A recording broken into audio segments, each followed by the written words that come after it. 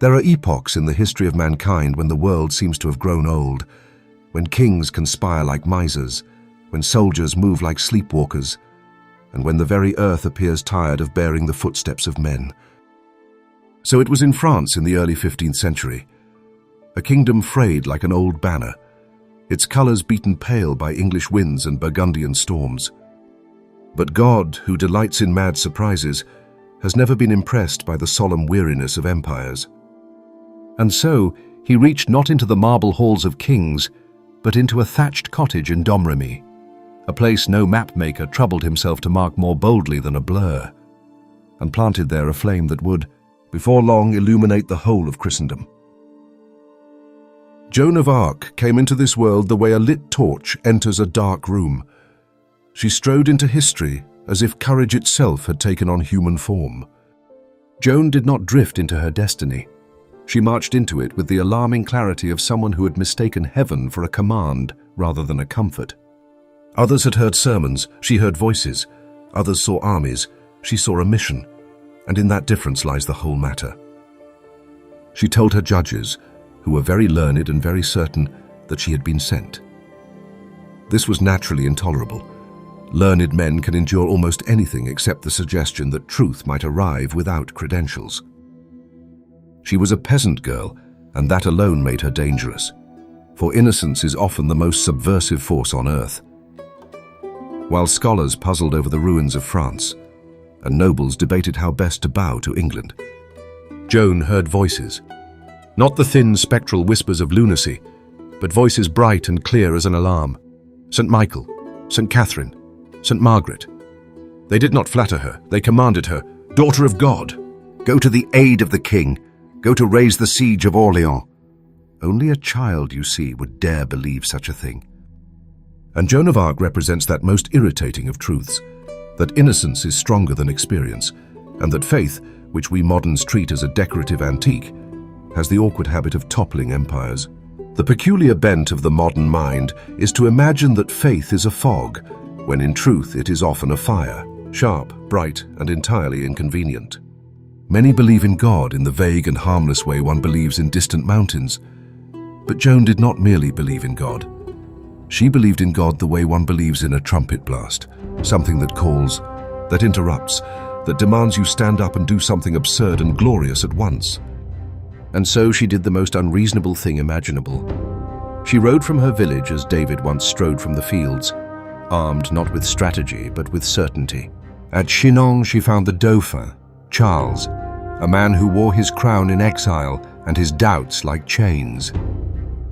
And here is one of heaven's sly jokes. The rightful king of France hid among courtiers, while the true authority entered the hall wearing homespun wool.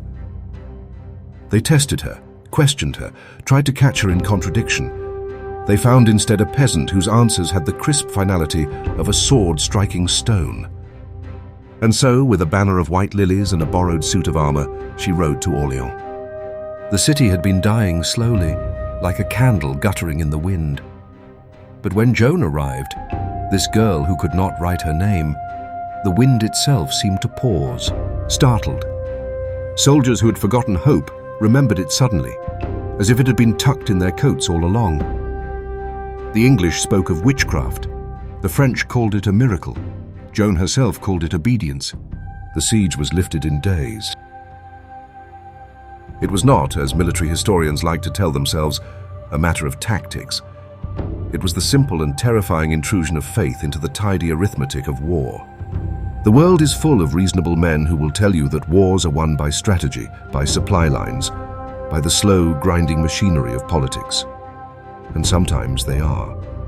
But every so often, history is overturned by something much less sensible, by a girl who rides at the front and refuses to accept that the story has already been written. Joan is perhaps the only general in history whose authority increased in proportion to her disqualification. A nobleman leads by birth, a scholar by his books, a soldier by his scars. Joan had none of these. She had never ridden to war, but she rode. She had never commanded troops, but they obeyed.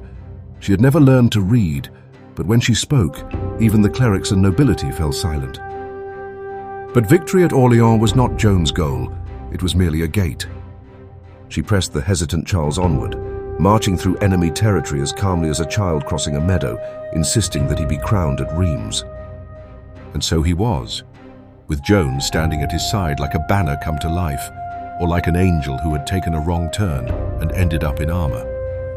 After that moment, France should have embraced her. Instead, like all nations when confronted with their saviors, they grew cautious.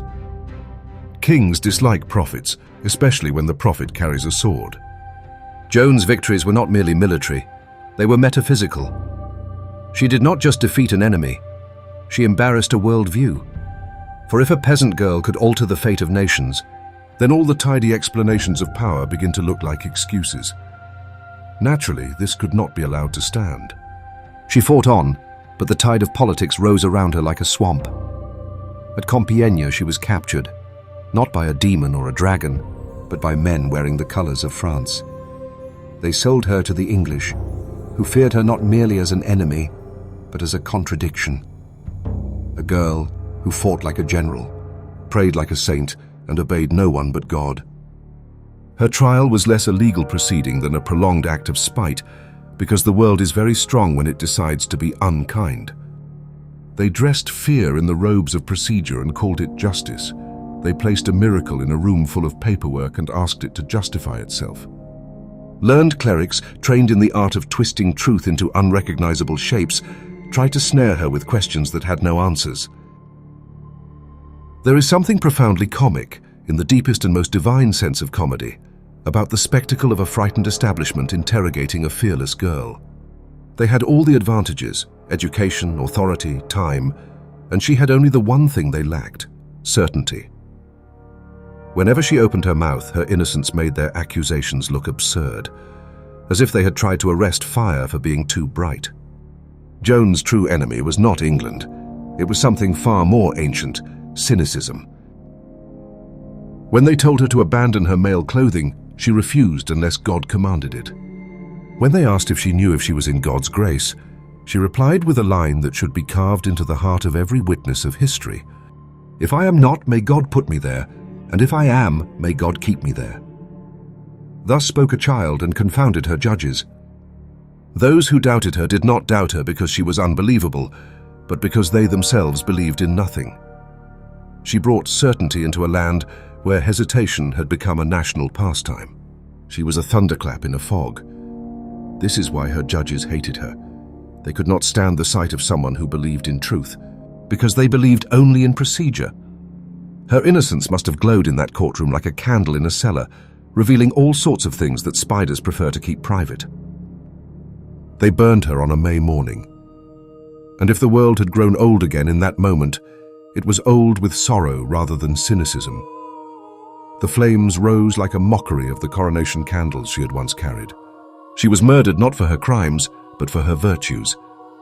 Yet the miracle of Joan is that her death did not end her story. It was only momentarily interrupted. For the truth, buried alive beneath political cowardice, clawed its way back into daylight.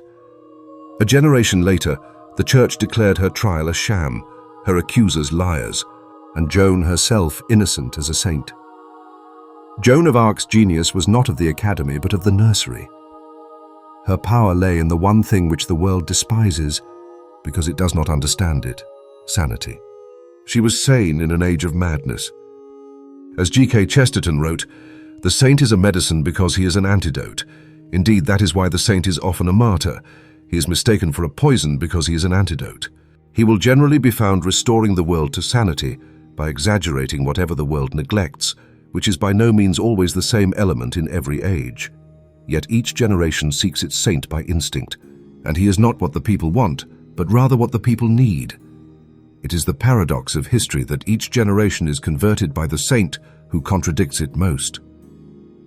About Joan specifically, he once remarked that she was a perfectly practical person who did something practical in a perfectly practical way. Indeed she did. She picked up a sword and saved her country.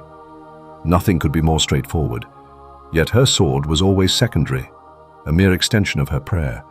She did not fight because she loved battle. She fought because she loved peace, and she fought with the fierce tenderness of a mother defending a cradle. The symbol of Joan is not merely that of the warrior, nor solely that of the saint, but of the two in a singular, harmonious contradiction. The modern world is forever dividing things that belong together, like strength and goodness, or courage and humility. Joan reunites these like a child reuniting the halves of a broken toy. In Joan we encounter the startling revelation that the highest spirituality does not float above the world, but marches into it with a banner. It is a curious feature of human society that it frequently kills those who help it. Joan saved France, then France imprisoned her. Joan crowned her king, then he hid behind curtains while she was tried. Joan confounded the enemies of the church, then the church, or at least a corrupted corner of it, burned her. But fire, which destroys many things, has a curious habit of clarifying others. They reduced her to ashes, and in so doing, made her indestructible. For a story that can be burned is a story that can be told again, and Joan's story has the remarkable quality of refusing to stay finished. She remains what she always was, a challenge. Joan of Arc challenges the modern mind, because she is not merely a puzzle, but a paradox so immense that most historians, finding themselves defeated by it, simply walk around it and pretend it isn't there. She challenges the cynic by being sincere. She challenges the strategist by being simple. She challenges the coward by being courageous in a way that cannot be dismissed. And most of all, she challenges the comfortable by reminding them that the universe is not nearly so tame as they had hoped. Joan was that rarest of creations, a warrior without hatred, a leader without pride, a child without fear. She was a rebel who fought against disorder, a radical who preserved tradition. Her symbolism is not medieval, it is eternal. She is the child who shames kings, the saint who shames theologians, the woman who shames warriors, and the corpse that shamed her executioners. In her small frame is contained the vastness of a human spirit empowered by the divine, and in her brief life is revealed the one great secret the world forever forgets: that God chooses the foolish things of the world to confound the wise, weak things to shame the strong, and lowly and despised things to obliterate powers and principalities. Once upon a time, the simplest girl from the smallest village became the mightiest force on earth.